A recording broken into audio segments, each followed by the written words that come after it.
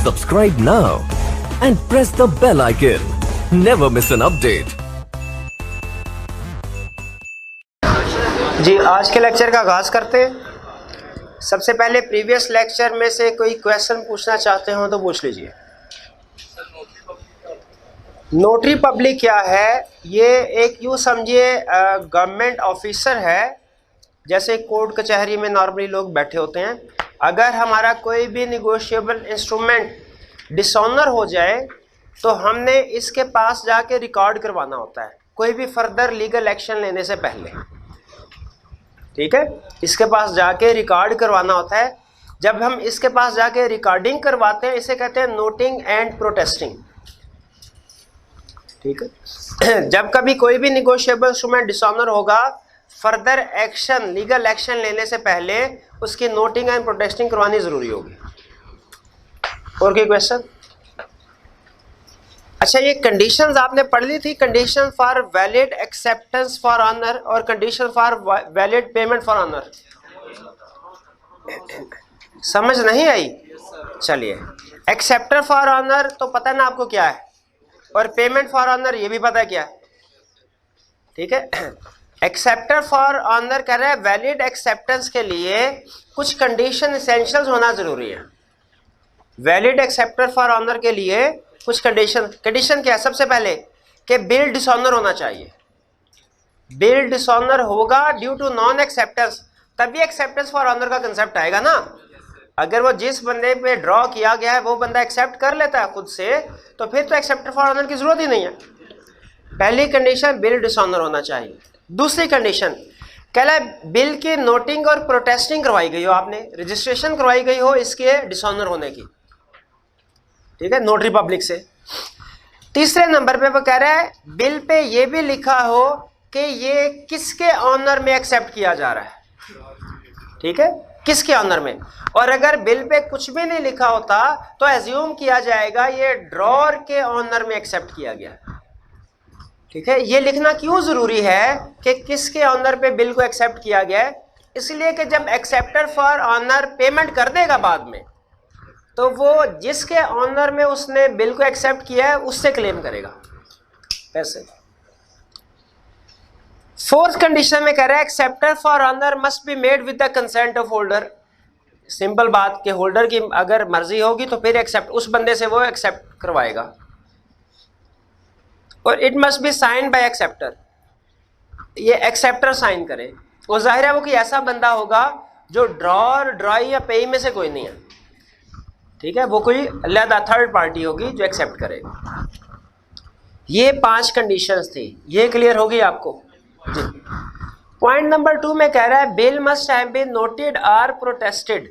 Noting and protesting कहते हैं जब कोई बिल डिसऑनर हो जाए तो उसको लीगल जो समझ लीजिए बॉडी है, लीगल अथॉरिटी है एक, उसके पास रजिस्ट्रेशन करवानी होती है। उसे कहते हैं noting and protesting. Notary public उसे कहते हैं। नोटरी पब्लिक के पास हम जाते हैं, उन्हें कहते हैं सर ये बिल था डिसऑनर हो गया, आप इसके ऊपर स्टैंप लगाएं, अपने पास नोट कर लें इसको, ताकि हम फर्दर जब एक्शन लें तो लीगल प्रूफ हो हमारे पास इसके डिसऑनर होने का। नोटिंग एंड प्रोटेस्टिंग किसी भी इंस्ट्रूमेंट के डिसऑनर होने का लीगल प्रूफ है जी। और की question? Condition for valid acceptance for honour clear हो गई। Condition for valid payment for honour ये भी मिलती जुलती है। ठीक है, इसमें पहली चीज वही कह रहा है बिल डिसऑनर होना चाहिए, लेकिन किस वजह से? ये नॉन एक्सेप्टेंस की वजह से नहीं है, ये नॉन पेमेंट की वजह से। फिर bill must have been noted और प्रोटेस्टेड फॉर नॉन पेमेंट। ठीक है, बिल की दोबारा नोटिंग प्रोटेस्टिंग करवाई जाएगी नॉन पेमेंट की वजह से। Payment must be made for the honour of any party liable to pay. Payment जो है किसके लिए की जाएगी? कोई भी पार्टी के लिए की जा सकती है, और वो मेंशन करना होता है नोटरी पब्लिक को कि आप इसको रजिस्टर करवाएं कि किसके ऑनर में पेमेंट की जा रही है। ठीक है, ताकि बाद में उससे क्लेम कर सके। और नोटरी पब्लिक ने उस पर्सन को जिसके ऑनर में पेमेंट की जा रही है उसको अपने पास नोट करना होता है। अच्छा, अगर आप कंपेयर करें इसको एक्सेप्टर फॉर ऑनर से, तो एक्सेप्टर फॉर ऑनर में जो जिसके ऑनर में एक्सेप्ट किया जाता है उसका नाम इंस्ट्रूमेंट के ऊपर लिखा जाता है। जबकि पेमेंट फॉर ऑनर में उसका नाम इंस्ट्रूमेंट पे नहीं, इंस्ट्रूमेंट तो खत्म हो गया एक तरह से, उसका वैलिडिटी पीरियड तो खत्म हो गया, अब उसे नोटरी पब्लिक अपने पास रजिस्टर कर रहा है। ठीक है, ये कह रहा था पर्सन जो कि पे कर रहा है वो नोटरी पब्लिक के सामने डिक्लेयर करे कि किसके ऑनर में मैं पेमेंट कर रहा हूं, और नोटरी पब्लिक इसको रजिस्टर करे अपने पास। जी इनके अलावा कोई क्वेश्चन हो तो पूछ लीजिए। ये दोनों कंडीशन समझ आ गई ना जी? और कोई question? Rights for acceptor for honour, देखिए सिंपल राइट है, जब एक्सेप्टर फॉर ऑनर जो है वो पेमेंट कर देगा, जब एक्सेप्टर फॉर, ये वही राइट है उसके जो पेमेंट फॉर ऑनर में है। ठीक है, वो कहानी स्टार्ट ही यहां से कर रहा है। एक्सेप्टर फॉर ऑनर जब पेमेंट कर दे तो उसका राइट है कि जितने भी पैसे उसने पे किए हैं वो रीइंबर्स करवाए। वो एक तरह से श्योरिटी था। जिस तरह श्योरिटी अगर प्रिंसिपल डेटर डिफॉल्ट करे तो श्योरिटी पेमेंट कर देता है क्रेडिटर को, लेकिन बाद में वो पैसे फिर डेटर से रीइंबर्स करवाता है। उसी तरह एक्सेप्टर फॉर ऑनर भी श्योरिटी है एक तरह से। ये जब पेमेंट कर देगा तो फिर उसके बाद पैसे रिकवर करवाएगा किससे? जिसके ऑनर में उसने पेमेंट किया है। राइट में यही कह रहा है कि जब एक्सेप्टर फॉर ऑनर पेमेंट कर दे तो फिर जिसके ऑनर में उसने पेमेंट की है उससे पैसे रिकवर करवा सकता है। निगोशिएबल इंस्ट्रूमेंट के पैसे भी, अगर कोई इंटरेस्ट ऐड हुआ है उसके ऊपर वो भी रिकवर करवा सकता है, और इस पे जो उसके ज़रूरी खर्चे हुए हों, नेसेसरी एक्सपेंसेस, वो भी रिकवर करवा सकता है। तीनों चीज़ें जी। सम टाइम होता है कि ड्रॉर की बजाय कोई इंडोर्सर जो है उसको वो कह देता है कि मैं इसके ऑनर में एक्सेप्ट कर रहा हूं या पे कर रहा हूं। ठीक है, इसके ऑनर में पे कर रहा हूं। तो इससे मुराद, जैसे फर्ज कीजिए ए ने ड्रॉ किया बी पे और बिल दे दिया सी को, सी के बाद पहुंचा डी के पास, डी के बाद ई, ई के बाद एफ, एफ अब बी के पास आया पेमेंट लेने के लिए, बी ने कह दिया पेमेंट मैं नहीं करने लगा। ये क्लियर हो गया, डिसऑनर हो गया। अब अगर बी के पास मिस्टर जे बैठा हुआ था, वो कहता है मैं पेमेंट कर देता हूं फॉर ऑनर, और वो फॉर्मेलिटी सारी पूरी कर देता है। क्या अब एफ ने ये बताना है कि किसके ऑनर में पेमेंट कर रहा है? वो ए के ऑनर में भी हो सकती है, वो सी के ऑनर में भी हो सकती है, डी ई एफ के ऑनर में भी हो सकती है। अगर वो कहता है मिस्टर ई के ऑनर में पेमेंट कर रहा हूं मैं, तो फिर वो मिस्टर ई से भी पैसे रिकवर करवा सकता है। और चूंकि मिस्टर ई ने अपनी प्रायर पार्टी से रिसीव करने थे, तो वो प्रायर पार्टी से भी रिसीव करवा सकता है। प्रायर पार्टी से ये मुराद है। ठीक है, सिंपल कंसेप्ट। अगर इन भाई ने बिल इनको दिया हो, इन्होंने आगे इनको दिया, इन्होंने आगे इनको, इन्होंने आगे इनको, इन्होंने मुझे दे दिया, बिल डिसऑनर हो गया। मेरे पास पहली ऑप्शन तो ये है कि मैं इनसे क्लेम कर लूं, दूसरी ऑप्शन मैं इनमें से किसी से भी क्लेम कर सकता हूं। लॉ कहता है आप इनमें से किसी से भी क्लेम कर सकते हैं। अब देखें, अगर मैं इनसे भी क्लेम कर सकता हूं और जो पिछली पार्टीज हैं उनसे भी तो क्लेम कर सकता हूं, क्योंकि देखें मैं इनसे क्लेम करता हूं, ये क्या करेंगे, ये इनसे क्लेम करेंगे, ये इनसे क्लेम, ये उनसे क्लेम, ये साइकिल चलता जाएगा। वो कहता है आप चाहे तो डायरेक्ट जिसने आपको बिल दिया उससे पेमेंट कर लें, पेमेंट ले लें, या चाहे पिछली किसी भी पार्टी से पेमेंट ले लें। बात तो एक ही है, वो सिर्फ वो जो एक साइकिल लंबा चलेगा उसकी बजाय शॉर्टकट आप किसी भी प्रायर पार्टी से डायरेक्ट पेमेंट खुद भी ले सकते हैं। ये बात समझ आई प्रायर पार्टी वाली? हमें जिस बंदे ने बिल दिया हो उसके खिलाफ भी केस फाइल कर सकते हैं, इससे पहले जितनी पार्टीज हैं उनमें से भी किसी भी के खिलाफ केस कर सकते हैं, क्योंकि हर पार्टी के लिए ये बिल एक ही वक्त में रिसीवेबल भी है, पेएबल भी है, जो प्रायर पार्टीज है। जी और कोई क्वेश्चन? प्रिजम्पशन में है, presumption as to time of acceptance, के एज्यूम किया जाएगा कि जितनी भी उस बिल ऑफ एक्सचेंज के ऊपर एक्सेप्टेंस है या इंडोर्समेंट्स हैं वो सारी की सारी उसकी मैच्योरिटी डेट से पहले की हैं, क्योंकि जो मैच्योरिटी डेट होती है इसके बाद मैच्योरिटी डेट पे जो इंस्ट्रूमेंट होता है वो वाइड हो जाता है, ख़त्म हो जाता है, उसका कोई स्टेटस नहीं रहता। ठीक है, उसके बाद जितनी भी इंडोर्समेंट है वो वाइड। जैसे एक चेक है, आज की डेट में हमने लिखा, अब उसका वैलिडिटी पीरियड 6 मंथ है, 6 मंथ तक तो वो जितनी दफा इंडोर्समेंट करना चाहे कर सकते हैं। जब 6 महीने गुजर गए, क्या फिर उसकी इंडोर्समेंट हो सकती है? वो चेक ही नहीं रहा, उसकी इंडोर्समेंट का सवाल ही पैदा नहीं होता। तो इसी तरह अगर कोई निगोशिएबल इंस्ट्रूमेंट उसका मेच्योरिटी पीरियड आ गया, यानी जिस दिन उसकी पेमेंट होनी थी वो डेट आ गई, तो उसके बाद वो फर्दर निगोशिएट नहीं होता। इसलिए अज्यूम किया जाता है जितनी भी निगोशिएशन हुई है सारी की सारी मेच्योरिटी डेट से पहले पहले हुई है। जी, और कोई क्वेश्चन? कोई क्वेश्चन नहीं? चलिए, अब ये कुछ पास्ट पेपर के क्वेश्चंस हैं, ये डिस्कस कर लेते हैं। Question number 1, state the presumptions that are applicable to all negotiable instrument unless the contrary is proved. Presumption कौन सी है? क्या सारी की सारी कैरेक्टरिस्टिक्स लिखेंगे या सिर्फ प्रिजम्पशंस? सिर्फ प्रिजम्पशन। शाबाश। Question 2, can an overdue instrument be negotiated? Overdue का मतलब क्या है? जिसका मैच्योरिटी डेट गुजर चुकी हो। क्या वो निगोशिएट हो चुका? नहीं, अभी इन्होंने क्वेश्चन पूछा प्रिजम्पशन में, वो निगोशिएट नहीं हो सकता। क्वेश्चन नंबर 3 काट दीजिए, 3 भी काटे 6 भी काटे, ठीक है, ये किसी और जगह हम इनको कवर करेंगे। 6 भी, क्वेश्चन नंबर 3 और 6। क्वेश्चन नंबर 4, वो कह रहा है शॉर्ट नोट्स लिखे any 3 of the following. Acceptance for honour, क्या ये टर्म पता है हमें? एक्सेप्टेंस फॉर ऑनर का मतलब क्या होता है?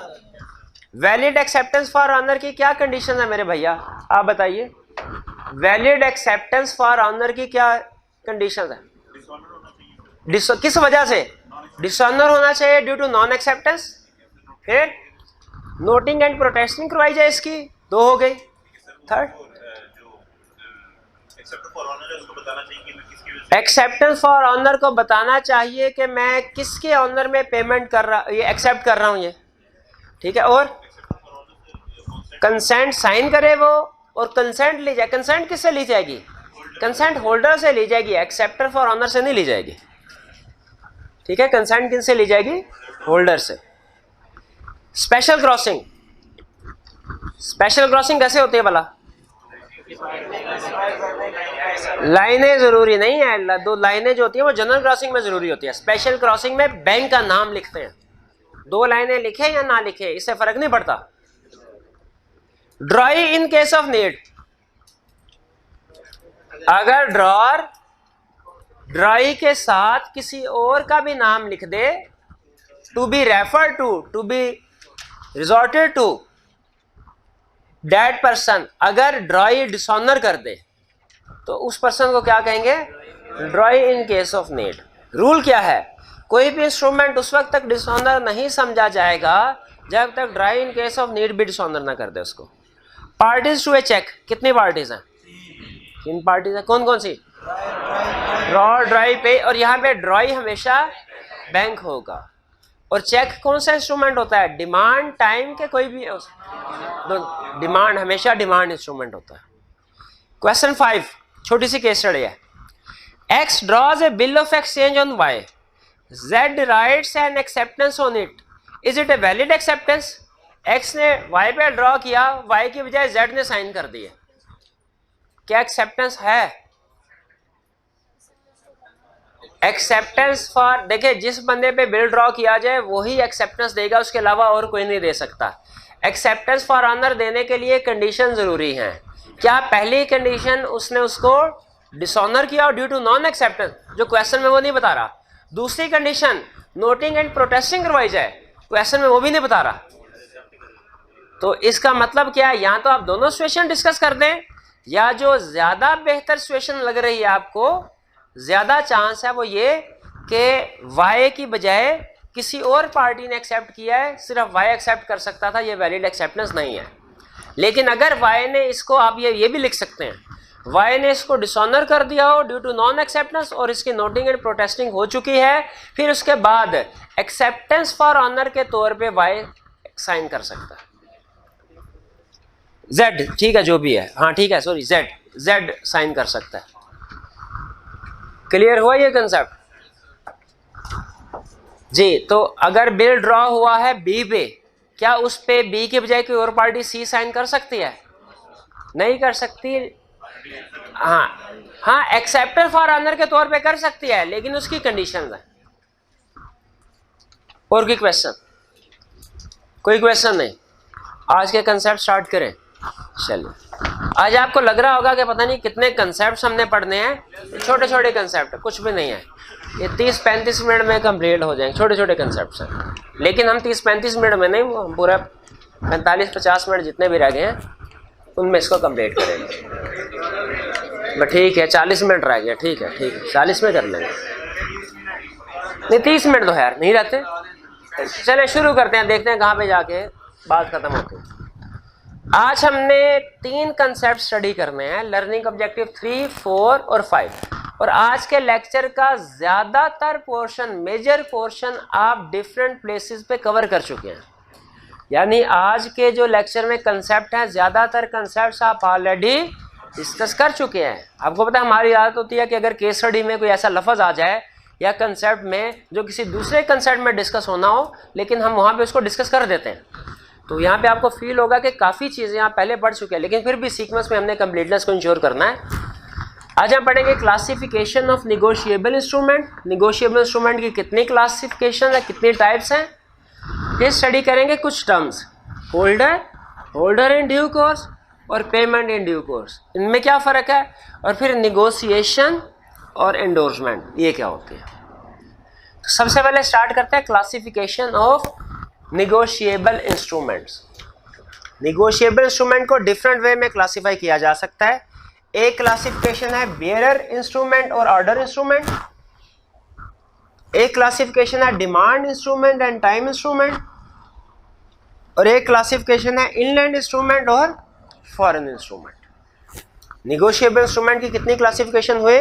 Bearer and order, demand and time, inland and foreign. सबसे पहले बेयरर इंस्ट्रूमेंट क्या होता है? ये ऐसा इंस्ट्रूमेंट है जो कि है पेएबल टू एनी पर्सन, किसी भी पर्सन को हु होल्ड, जिसके पास इंस्ट्रूमेंट हो। बेयरर इंस्ट्रूमेंट ऐसा इंस्ट्रूमेंट होता है जो किसी भी पर्सन को पेएबल है जिसके पास भी इंस्ट्रूमेंट हो। यानी होल्डर जो है उसको पेएबल है अमाउंट।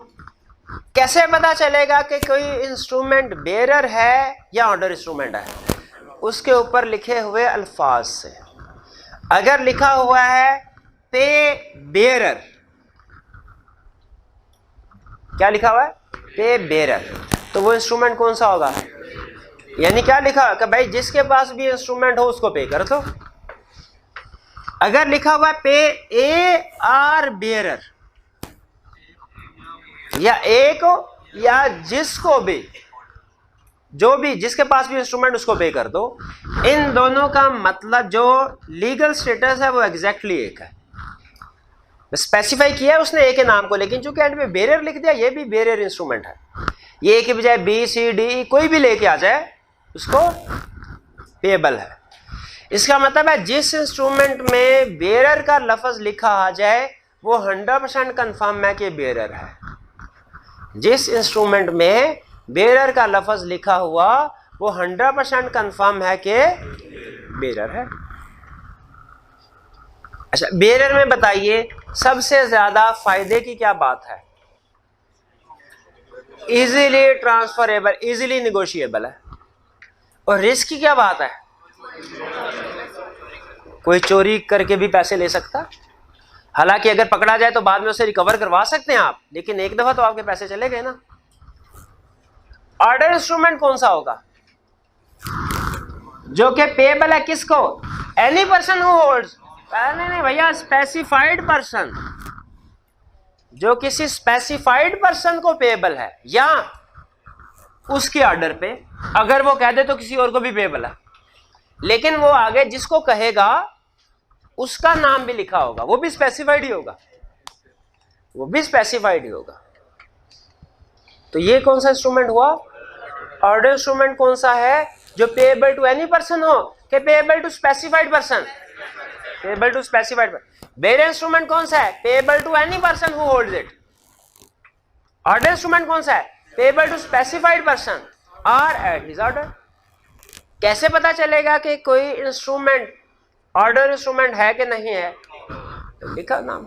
अगर लिखा हुआ है पे ए, ऑर्डर इंस्ट्रूमेंट है क्या? अब या लिखा हुआ पे ए और हिज ऑर्डर, ये ए या जिसको एक है। अच्छा, इसमें भी और ऑर्डर ही है, ये भी ऑर्डर इंस्ट्रूमेंट ही है, पे ए।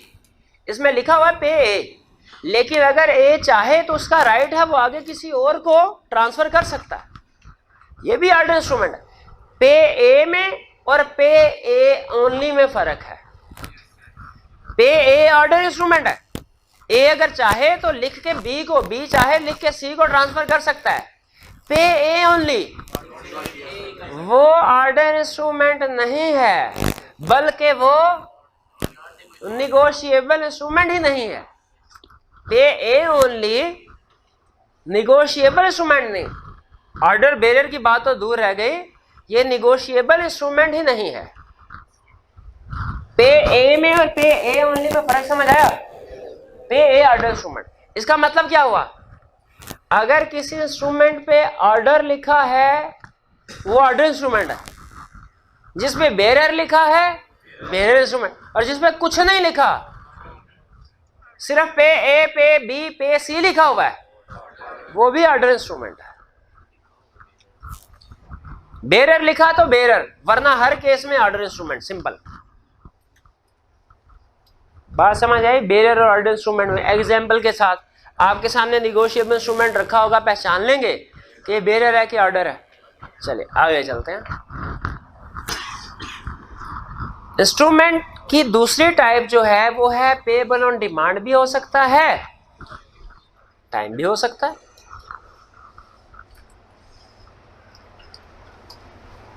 डिमांड इंस्ट्रूमेंट कौन सा होगा?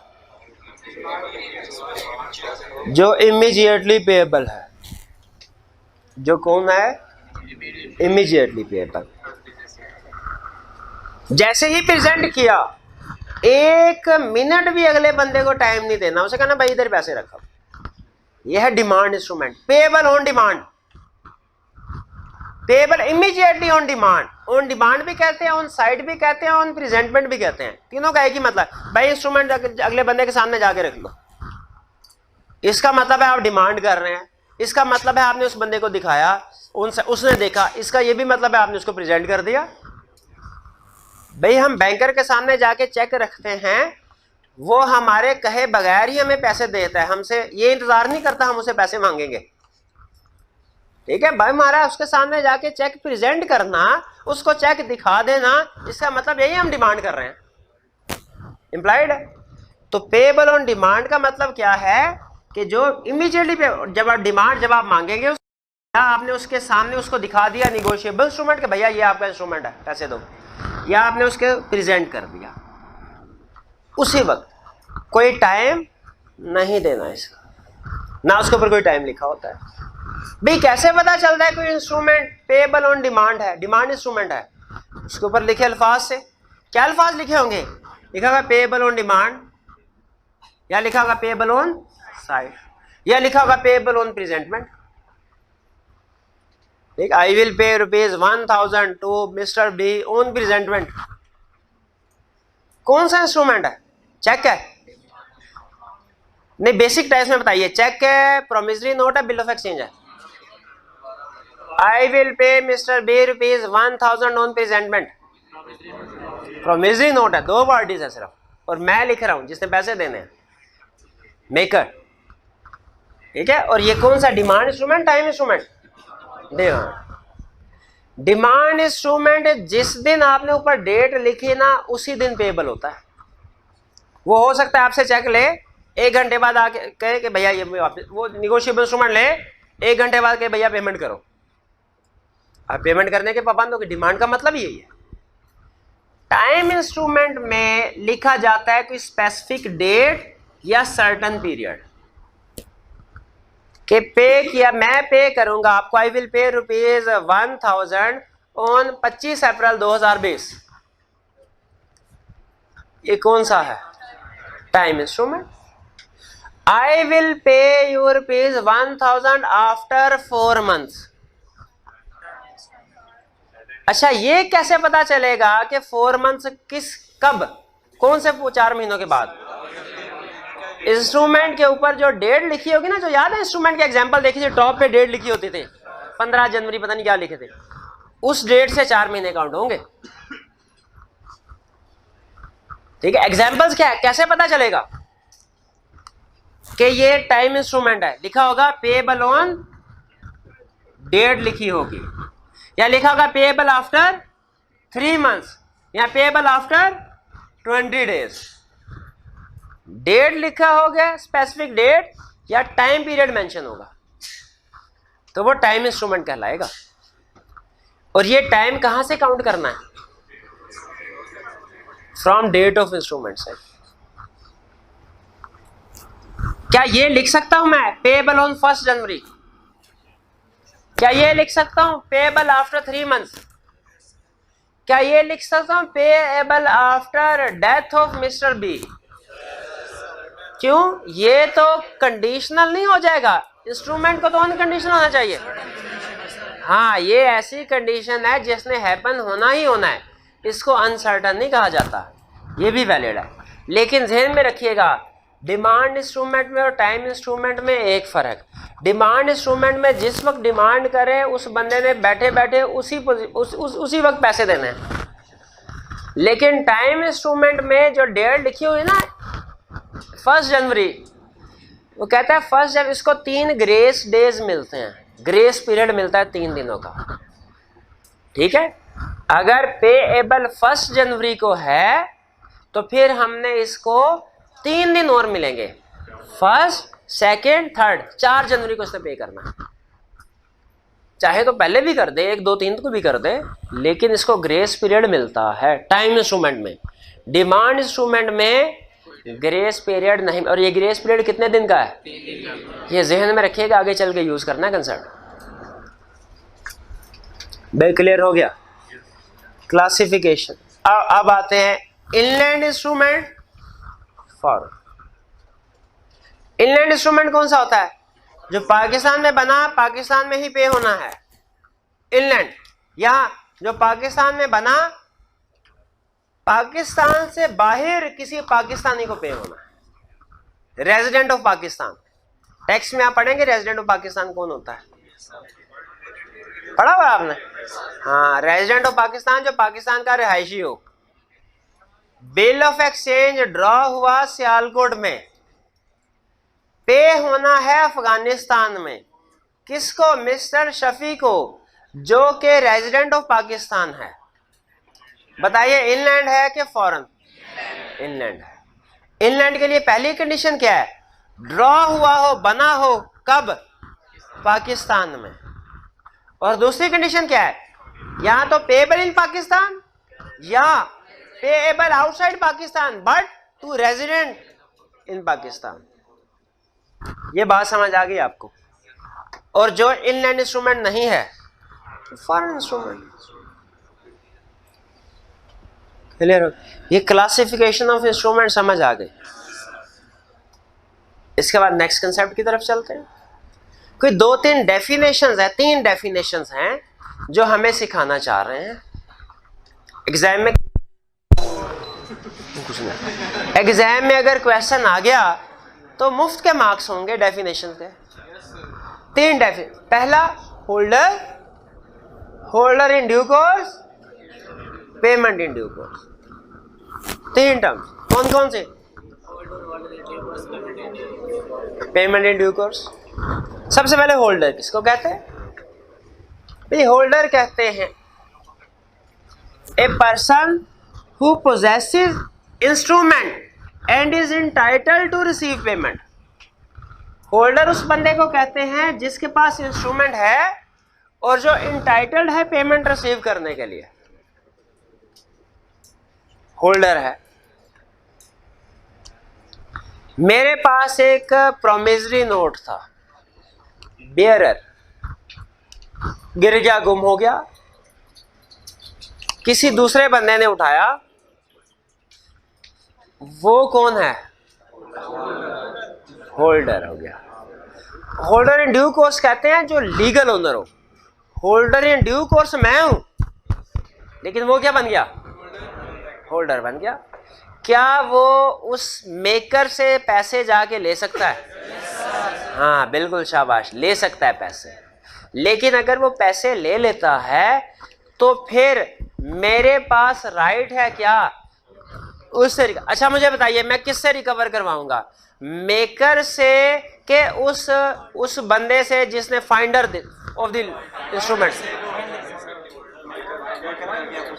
ये डिपेंड करता है।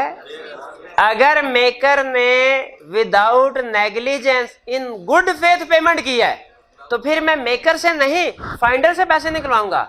लेकिन अगर मेकर ने इन गुड फेथ पेमेंट नहीं की, नेग्लिजेंस के साथ पेमेंट किया है, फकीर चला गया था उसके पास वो 10 करोड़ का प्रोमिसरी नोट लेके, और उसने उसे नजर आ रहा था भैया इसके पास खाने का कुछ नहीं होता, ठीक है, हाँ, वो साथ में कह रहा था सर ये 10 करोड़ का जो है प्रोमिसरी नोट है ये कैश कर दें और अल्लाह के नाम पे कोई 10 रुपये भी दे दें। उसने कहा 10 रुपये तो नहीं दूंगा, ये 10 करोड़ ले लो। अब बताइए क्या उसने इन good faith without negligence payment की? नहीं की, तो उसमें तो वो लायबल होगा ना, ठीक है। तो पेमेंट इन ड्यू, ये पेमेंट इन ड्यू कोर्स का कंसेप्ट इसी वजह से आया। पेमेंट इन ड्यू कोर्स का मतलब क्या है? वो पेमेंट जो लायबल पार्टी को अपनी लायबिलिटी से डिस्चार्ज कर दे, उसकी लायबिलिटी खत्म कर दे। वो कहता है ये नहीं आपको पता है कि वो चोरी हो गया, गुम हो गया, उसके बावजूद आप पेमेंट कर देते हैं। नहीं नहीं, वो पेमेंट इन ड्यू कोर्स नहीं समझी जाएगी।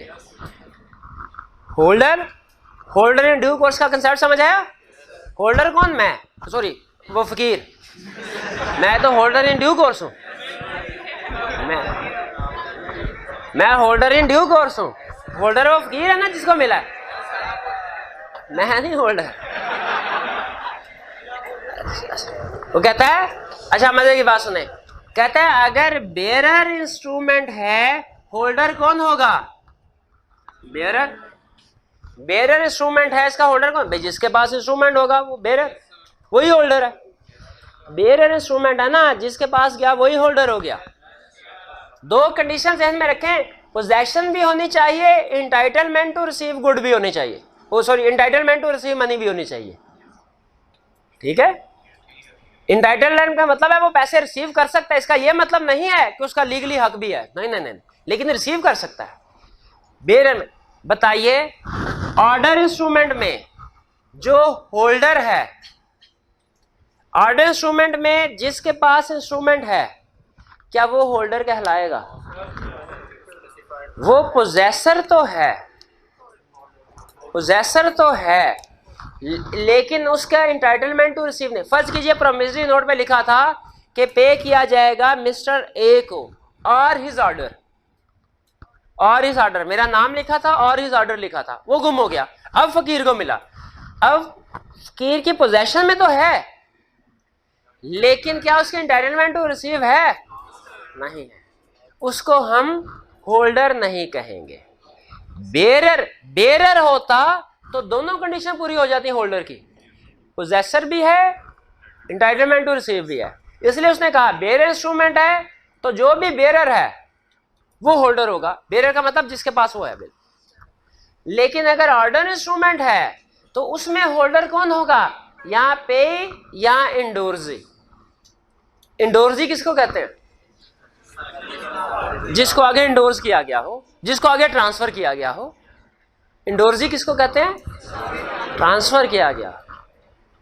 अगर मैं किसी और को आगे ट्रांसफर करता हूं तो अब चूंकि हमारा नाम लिखा हुआ है, कोई भी फाइंडर अब इसको रिसीव नहीं कर सकता। क्यों नहीं कर सकता?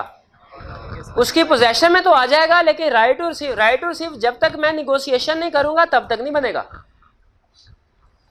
क्लियर होती है बात? तो होल्डर कंसेप्ट समझ आ गया। अरे holder in due course, holder in due course कौन होता है? जो लीगल ओनर तो आपको वैसे कंसेप्चुअली बताया ना, लॉ में प्रॉपर डेफिनेशन है। जो कि पोजेस करता हो इंस्ट्रूमेंट को, इंस्ट्रूमेंट उसके पास हो, पहली कंडीशन इंस्ट्रूमेंट उसके पास होना जरूरी। दूसरी, उसने इस इंस्ट्रूमेंट को रिसीव किया हो इन good faith and for consideration, in good faith for consideration. इसका मतलब है अगर किसी बंदे ने इंस्ट्रूमेंट को रिसीव किया है विदाउट कंसीडरेशन या इन गुड फेथ नहीं, वो चोरी डकैती का था, गुम हुआ था, तो वो होल्डर इन ड्यू कोर्स नहीं है। होल्डर में और होल्डर इन ड्यू कोर्स में फर्क समझ आया? होल्डर के लिए दो कंडीशंस है, क्या? पोजेसर हो, राइट टू रिसीव, इंटाइटलमेंट आ जाए उसकी। होल्डर इन ड्यू कोर्स कौन है? वो बंदा जो कि निगोशिएबल इंस्ट्रूमेंट को पोजेस भी करता है और उसने इसे रिसीव किया था इन गुड फेथ फॉर कंसीडरेशन। अब मुझे बताइए, जो finder of the lost instrument, lost जो गुम हो गया है, क्या finder of the lost instrument holder in due course है? वो होल्डर था, बेरर के केस में होल्डर था, होल्डर इन ड्यू कोर्स नहीं है। होल्डर इन ड्यू कोर्स क्यों नहीं है? पोजेसर है, लेकिन उसने गुड फेथ रिसीव नहीं किया, फॉर कंसीडरेशन रिसीव नहीं किया। अगर होल्डर है, होल्डर इन ड्यू कोर्स नहीं, ऑर्डर इंस्ट्रूमेंट में तो उसको पेमेंट ही देना होगी। बेयर इंस्ट्रूमेंट के केस में फर्क क्या पड़ता है होल्डर या होल्डर इन ड्यू कोर्स होने से? अगर बेयर इंस्ट्रूमेंट है, होल्डर है सिर्फ, होल्डर इन ड्यू कोर्स नहीं है, पेमेंट जाके ले सकता है लेकिन उसे वापस करनी पड़ेगी बाद में। होल्डर इन ड्यू कोर्स है, ये पेमेंट ले लेता है, इसको वापस नहीं करनी पड़ेगी, ये लीगल ओनर था। दोनों में फर्क समझ आया? होल्डर की कितनी कंडीशन है? पोजेसर भी हो, राइट टू रिसीव मनी भी हो, entitlement to receive money. Holder in due course की कितनी कंडीशन है? पहला, पोजेसर हो, रिसीव किया हो इन good faith for consideration. Payment in due course का मतलब क्या है? अब ये पेमेंट इन ड्यू कोर्स का कंसेप्ट है ड्रॉई के पॉइंट ऑफ व्यू से या मेकर के पॉइंट ऑफ व्यू से, जिसने पेमेंट करनी है, जिसने पेमेंट करनी है। अगर मेरा चेक गुम हो जाए और मैं बैंक को, बेरर चेक था, बैंक को फोन करके बता दिया भाई पेमेंट ना करना, कोई बंदा उसको लेके गया चेक को और बैंक ने पेमेंट कर दी, बताइए क्या ये पेमेंट इन ड्यू कोर्स होगी? क्या इस पेमेंट से बैंक अपनी लायबिलिटी से डिस्चार्ज हो गया? नहीं हुआ। क्यों नहीं हुआ? क्योंकि बैंक ने नेग्लिजेंस से काम लिया। जब मैंने बैंक को मना कर दिया था इस चेक की पेमेंट ना करना, गुम हो गया है, उसका उस चेक को पे करना नेग्लिजेंस है। तो इसका मतलब है अगर हमने कोई भी निगोशिएबल इंस्ट्रूमेंट जो है उस पर पेमेंट करनी, हम लायबल पार्टी हैं, हमने ध्यान से देखना ये कंडीशन पूरी होंगी तो फिर हमारी लायबिलिटी समझी जाएगी सेटल हो गई, वरना हमारी लायबिलिटी सेटल नहीं होगी, दूसरी दफा पेमेंट करनी पड़ जाएगी। ये पेमेंट इन ड्यू कोर्स का कंसेप्ट किसके पॉइंट ऑफ व्यू से है? लायबल पार्टी की तरफ। होल्डर और होल्डर इन ड्यू कोर्स का कंसेप्ट किसके पॉइंट ऑफ व्यू से है? वो जो रिसीवर है, पेई के पॉइंट ऑफ व्यू से। अब देखें, कह रहे पेमेंट इन ड्यू कोर्स, कौन सी पेमेंट को हम पेमेंट इन ड्यू कोर्स कहेंगे? पेमेंट विच इज मेड, ऐसी पेमेंट जो की जाए इन तीन कंडीशन के मुताबिक। पहला, किसको? होल्डर ऑफ इंस्ट्रूमेंट को। पेमेंट किसको की गई? लेकिन क्या सिर्फ पेमेंट करते हुए ये देख ले इसके पास इंस्ट्रूमेंट है? और नहीं भैया, हालात का जवाब, हालात का भी जायजा लें। इन गुड फेथ विदाउट नेग्लिजेंस की जाए पेमेंट। पेमेंट कैसे की जाए? इन गुड फेथ विदाउट नेग्लिजेंस, यानी अगर इतला आ गई है इंस्ट्रूमेंट गुम हो गया, पेमेंट नहीं करनी। इंस्ट्रूमेंट इतला नहीं आई, इंस्ट्रूमेंट कोई ऐसा बंदा लेके आया जो जाहरी हालात से लग रहा है कि ये इसका मालिक नहीं है, उसको भी पेमेंट नहीं करना। और अगर मैच्योरिटी से पहले आपने पेमेंट कर दे तो वो भी वैलिड पेमेंट नहीं समझी जाएगी। पेमेंट कब करनी है? मैच्योरिटी पे। कब करनी है पेमेंट? डिमांड इंस्ट्रूमेंट की मैच्योरिटी क्या होती है? इमीडिएटली। टाइम इंस्ट्रूमेंट की मैच्योरिटी क्या होती है? जो उसके ऊपर लिखी होती है डेट या टाइम प्लस 3 दिन। 3 दिन। अगर कोई इंस्ट्रूमेंट 25 तारीख को पेएबल है, मैच्योरिटी डेट कैलकुलेट करें, 25, 26, 27, 28, 3 दिन उसको ग्रेस डेज हो दे दिए, 28 को पेएबल है। क्लियर हो गई? पेमेंट इन ड्यू कोर्स के लिए हमने 3 कंडीशन क्या देखनी है? पहली कंडीशन पोजेसर हो इंस्ट्रूमेंट का, होल्डर हो। दूसरी कंडीशन मैच्योरिटी पे। तीसरी कंडीशन विदाउट नेग्लिजेंस इन गुड फेथ, उस पार्टी का जायजा लेके कि वाकई लग रहा है कि ये ट्रू ओनर है, तो फिर पेमेंट करो। अपना अंदाजा, अपनी जजमेंट लगानी है। एग्जाम्पल क्या दे रहा है, कह रहा है अगर फर्ज कीजिए किसी को चेक गुमा मिला, बैंक के पास ले आया और बैंक ने पेमेंट की किसको, जो बंदा चेक लेके आया था, इन good faith without negligence payment की, ठीक है, और ऑन मैच्योरिटी की, तो क्या बैंक लायबल है? बैंक लायबल नहीं है। याद है आपको, इस तरह के 2-3 केसेस हमने पढ़े थे वो चेक वाले केस में, ठीक है, कि अगर किसी को चेक मिला और उसने बैंक को जमा करवा दिया, कलेक्टिंग और पेइंग बैंक वाला कंसेप्ट में, तो क्या पेइंग बैंक लायबल है? हमने कहा था नहीं, अगर वो इन good faith without negligence payment कर दे, वही कंसेप्ट यहाँ क्लियर हो गया। होल्डर और होल्डर इन ड्यू कोर्स में फर्क समझ आया? होल्डर में कितनी कंडीशन है, कौन कौन सी? पोजेसर होना चाहिए, इंटाइटलमेंट टू रिसीव अमाउंट होनी चाहिए। होल्डर इन ड्यू कोर्स में कितनी कंडीशन है? 3 कंडीशन। कौन कौन सी? पोजेशन में हो, received in good faith, for consideration, ठीक है। और पेमेंट इन ड्यू कोर्स की कितनी कंडीशंस हैं? 3। पेमेंट की हो किसको? होल्डर को, मैच्योरिटी डेट पे, इन गुड फेथ, विदाउट नेग्लिजेंस। तीनों मुश्किल तो नहीं है। चले आगे चलते आ रही कंसेप्ट की तरफ आज के। निगोशिएशन, अच्छा ये कल पढ़ा है, बल्कि 2-3 दिन पहले पढ़ा है। अगर आपको लगे ना कि नहीं ये नया कंसेप्ट है, तो चाहे ना घर जाके पढ़िएगा। निगोशिएशन का मतलब क्या होता है? एक बंदे से दूसरे बंदे को, भाई निगोशिएबल इंस्ट्रूमेंट है, निगोशिएशन उसमें होगी तभी तो निगोशिएबल इंस्ट्रूमेंट है। आई कैप हर केस स्टडी में निगोशिएशन जरूर करवाएगा और इंस्ट्रूमेंट को डिसऑनर भी जरूर करवाएगा। इन दो के बगैर केस स्टडी हो बन ही नहीं सकती। निगोशिएबल इंस्ट्रूमेंट में निगोशिएशन के बगैर और डिसऑनर हुए बगैर वो सीधा सीधा केस कभी नहीं देगा। ए ने बी को पेमेंट की इंस्ट्रूमेंट दिया, बी ने सी को दिया और वो ड्यू डेट पे हो गया, तो भाई कुछ भी नहीं करना। निगोशिएशन भी होगा, डिसऑनर भी होगा। अच्छा निगोशिएशन सुने, बेरर इंस्ट्रूमेंट की निगोशिएशन कैसे होगी? भाई चेक बेरर है या निगोशिएबल इंस्ट्रूमेंट बेरर है, एक से दूसरे, ए को बी को दे, बी से सी को दे, सी से डी को दे, सिर्फ डिलीवरी होने से यानी चेक एक हैंड से दूसरे हैंड को ट्रांसफर होने से निगोशिएशन हो गई। Bearer instrument. ऑर्डर इंस्ट्रूमेंट की निगोशिएशन कैसे होगी? इनमें 2 काम करने पड़ेंगे। पहले इंडोर्समेंट कर, भाई मुझे बताइए पहले उसको इंस्ट्रूमेंट डिलीवर करेंगे कि पहले इंडोर्समेंट करेंगे? पहले इंडोर्समेंट बोले ना, तरतीब से चले। इंडोर्समेंट करनी है, उसके बाद चीजों को इंस्ट्रूमेंट को डिलीवर भी करना है उस पार्टी को। और वो इंटरप्रिटेशन में कहता है ये डिलीवरी रजाकाराना तौर पे होनी चाहिए, गन पॉइंट पे नहीं होनी चाहिए। इंडोर्समेंट हो, इंडोर्समेंट किसको कहते हैं? साइन करेगा भाई, इंडोर्समेंट साइन करने को कहते हैं, बताया था ये। इंडोर्समेंट साइन करने को कहते हैं, ये बताया था? नहीं बताया था। और जब उन्होंने क्वेश्चन पूछा था, भाई बताए ना कि सर अलहदा सफे पे कर, पूछा नहीं था क्वेश्चन?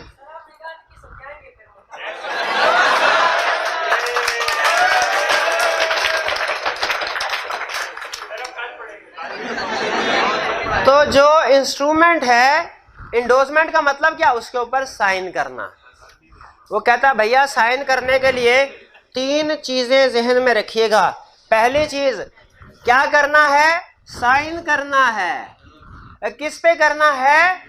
इंस्ट्रूमेंट पे, चाहे इंस्ट्रूमेंट के फेस पे, सामने चेक के सामने वाले हिस्से पे, चाहे बैक पे, चेक के पीछे वाले हिस्से पे। और अगर इंडोर्समेंट ज्यादा हो गई हैं, 200-250 हो गई हैं, चेक के पीछे जगह नहीं बची, दीवार पे नहीं भैया, साथ में पेज अटैच करें। दीवार में कौन सी, वो दीवार उठा के साथ फेरेगा। अटैच पेपर अटैच करना है। और अहम चीज, इंडोर्समेंट सारी की सारी अमाउंट की होगी। इंडोर्समेंट ऐसे नहीं होगी कि 10,000 रुपए का निगोशिएबल इंस्ट्रूमेंट है, मैं ये लिख दूं भैया 5,000 की इंडोर्समेंट कर रहा हूं, वो इसको दे देना, 5,000 मुझे देना। या 5,000 की बी को इंडोर्समेंट, 5,000 की सी को। कहते हैं ऐसे नहीं होगा, इंडोर्समेंट करनी है सारी की सारी अमाउंट की करे, एक ही बंदे को करे। इंडोर्समेंट करनी है तो सारी की सारी अमाउंट की करे, एक ही बंदे को करे। इंडोर्समेंट क्या मतलब क्या है? साइन करना। 3 कंडीशन क्या है वैलिड इंडोर्समेंट की? साइन किए जाएं, इंडोर्सर साइन करे इंस्ट्रूमेंट पे या बैक पे या पेपर अटैच करके। तीसरा इंटायर अमाउंट की हो सिंगल पर्सन को। इंडोर्समेंट की 2 टाइप्स हैं, याद है कल लिखा था ए साइन किए थे, फिर स्पेस डाल के साइन किए थे, फिर ए ओनली लिख के साइन, वो कंसेप्ट आ रहा है फिर ना कि एक असर नया कंसेप्ट आ गया। इंडोर्समेंट 2 किस्म की है, फुल या स्पेशल, और दूसरी ब्लैंक या जनरल। फुल या स्पेशल क्या कह रहे हैं भाई? नहीं, फुल या स्पेशल कह रहा हूं, फुल और स्पेशल नहीं कह रहा। फुल या स्पेशल एक ही बात है, ब्लैंक या जर्नल एक ही बात है। दो इंडोर्समेंट की कितनी टाइप्स हुई? फुल या स्पेशल। भाई फुल इंडोर्समेंट क्या होती है? जिसमें साइन भी हो नाम भी हो। किसका? इंडोर्सी कौन होता है? मैंने अगर भाई को इंस्ट्रूमेंट देना है, मैंने साइन किया, ये भाई कौन है? इंडोर्सी, और मैं कौन हूं? इंडोर्सर। और ये भाई अगर आगे किसी और को इंडोर्समेंट कर देते हैं, ये इंडोर्सर भी है इंडोर्सी भी है, और ये भाई इंडोर्सी। तो फुल या स्पेशल इंडोर्समेंट क्या है? फुल का मतलब क्या है? साइन भी लिखो नाम भी लिखो। ब्लैंक का मतलब क्या है? साइन। सिर्फ नाम से ब्लैंक इंडोर्समेंट नहीं आएगी। नहीं भैया, वो इंडोर्समेंट होती ही नहीं है। इंडोर्समेंट की डेफिनेशन हमने लिखा पढ़ा था, साइन होते हैं भैया, नाम लिखना है। अगर साइन भी हो, अगर मैं साइन भी कर दूं, अपना नाम भी लिख दूं, ये कौन सी इंडोर्समेंट होगी? कोई भी नहीं। और मैंने साइन अपने करने हैं, नाम तो इंडोर्सी का लिखना है ना, अपना नाम थोड़ी लिखना मैंने। ये साइन करना है और नेम ऑफ, अपना नाम थोड़ी मैं अपने आप को इंडोर्समेंट कर रहा हूं। नहीं नहीं नहीं, नहीं। यहां पे नाम किसका लिखना है? साइन किसके? मेरे। नाम किसका? ब्लैंक इंडोर्समेंट का इफेक्ट क्या होता है? बेरर बन जाता है। शाबाश। था कौन सा? ऑर्डर था। बन कौन सा गया? बेरर। यानी बेरर का मतलब क्या? समझाने की जरूरत नहीं थी उसने। इसका मतलब ये है कि ये अब फर्दर निगोशिएट हो सकता है, सिर्फ डिलीवरी से इंडोर्समेंट की जरूरत। तो पढ़ा नहीं था पहले? पढ़ा था। होल्डर अगर चाहे तो इसको दोबारा फुल इंडोर्समेंट में कन्वर्ट कर सकता है। इसको दोबारा, बेरर बन गया ना, दोबारा ऑर्डर बना सकता है। कैसे? नाम लिख के साइन कर दे। बेफर्क समझ आया?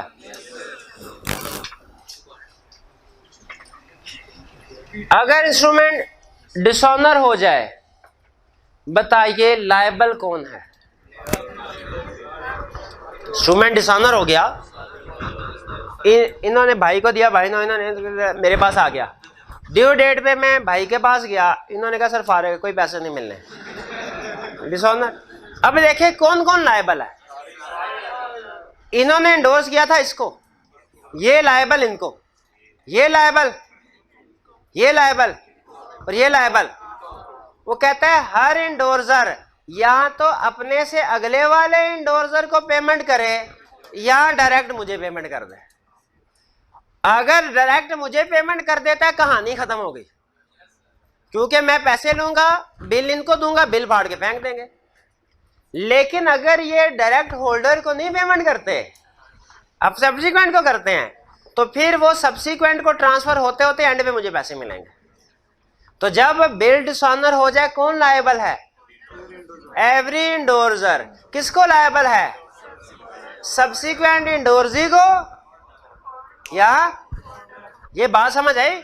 अच्छा दोनों को लायबल नहीं है, ये नहीं होगा डिसऑनर हुआ ये भाई इनको भी पेमेंट करेंगे और मुझे भी पेमेंट करेंगे, ऐसे नहीं होगा, वो या इनको करेंगे या मुझे करेंगे।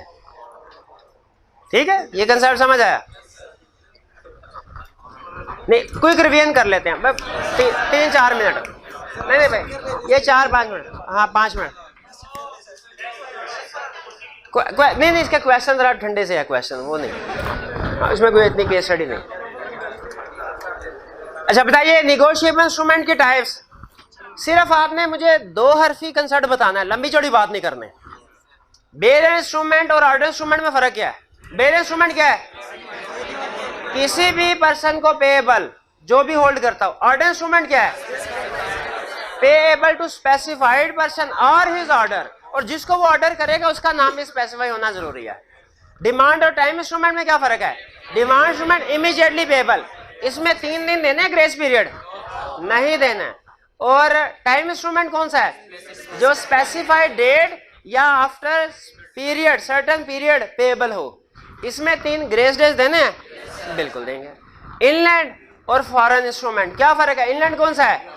जो ड्रॉ भी पाकिस्तान, बना भी पाकिस्तान में है और पेएबल भी पाकिस्तान में है, या पेएबल पाकिस्तान से बाहर है लेकिन किसी पाकिस्तानी को रेजिडेंट पाकिस्तान। होल्डर कौन होता है? 2 कंडीशन बताइए। जिसके पास पोजेशन होगी और entitlement to receive money. Holder in due course कौन है? जिसके पास पोजेशन है और जिसने इसे रिसीव किया इन गुड फेथ और रिसीव किया for consideration. Payment in due course कब समझा जाएगा पेमेंट वैलिड हो गई, लायबिलिटी खत्म हो गई पेयर की? जब वो पे करेगा possessor of the instrument, holder of the instrument को, in good faith without negligence, maturity पे टर्म्स ऑफ द इंस्ट्रूमेंट के मुताबिक। Next negotiation. निगोशिएशन का मतलब क्या होता है? Transfer from one person to another. भाई निगोशिएबल इंस्ट्रूमेंट जो है वो ऑर्डर भी होता है, बेरर भी होता है। बेरर इंस्ट्रूमेंट कैसे निगोशिएट होगा? सिर्फ डिलीवरी के जरिए से, कहता है मेयर डिलीवरी, सिर्फ डिलीवरी के जरिए से वो निगोशिएट होता जाएगा। ऑर्डर इंस्ट्रूमेंट कैसे निगोशिएट होगा? 2 चीजें होनी चाहिए, एंडोर्समेंट भी और डिलीवरी भी। एंडोर्समेंट का मतलब क्या होता है? एंडोर्समेंट के लिए 3 कंडीशन क्या है? साइन हो, इंस्ट्रूमेंट के ऊपर हो, पूरी अमाउंट की हो, सारी सिंगल एंडोर्सी को। अच्छा एंडोर्समेंट की टाइप्स कितने हैं? 2, स्पेशल या फुल एंडोर्समेंट, ब्लैंक या जनरल। भाई फर्क क्या है? स्पेशल या फुल एंडोर्समेंट में साइन भी होते, साइन तो होते ही होते, नाम भी लिखा होता है। ब्लैंक या जनरल में नाम नहीं लिखा होता, किसका? एंडोर्सी का, सिर्फ साइन होते हैं। ब्लैंक एंडोर्समेंट का इफेक्ट क्या होता है? वेरियस इंस्ट्रूमेंट होता है, यानी हालांकि हमें पता था, उसने बिला वजह एक लाइन बता दी, यानी आइंदा वो सिर्फ डिलीवरी से निगोशिएट होता रहेगा। लेकिन क्या इसको कन्वर्ट कर सकते हैं, दोबारा ऑर्डर इंस्ट्रूमेंट बना सकते हैं? बिल्कुल। कैसे? इसका मतलब है ऑर्डर इंस्ट्रूमेंट बाद में बेरर भी बन सकता है, बेरर जो है ऑर्डर भी बन सकता है, कोई पाबंदी नहीं है। क्लियर हो गया? अच्छा छोटा सा केस एंड में,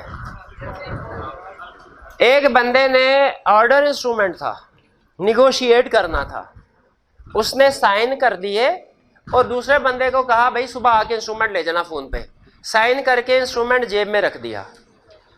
ठीक है, रात को उसकी डेथ हो गई। सुबह वो दूसरा बंदा मिलने आया, उसने कहा बंदा तो मरा पड़ा, जेबों की तलाशी ली, उसमें इंस्ट्रूमेंट पड़ा था, इंस्ट्रूमेंट लेके निकल गया वो। बताइए क्या एंडोर्समेंट हो गई? क्या ये वैलिड है? वैलिड नहीं है। क्यों वैलिड नहीं है? इसमें एंडोर्समेंट तो हुए, डिलीवरी नहीं हुई। डिलीवरी की एक्सप्लेनेशन में कहता है वॉलंटरी रजाकाराना तौर पे उस बंदे ने दिया हो, ये डेथ पे तो डिलीवरी हुई नहीं, वो तो जबरदस्ती ले गया, उसने थोड़ी दिया। ठीक है, ये बात समझ आई? चलिए आज का लेक्चर यहाँ पे खत्म करते हैं।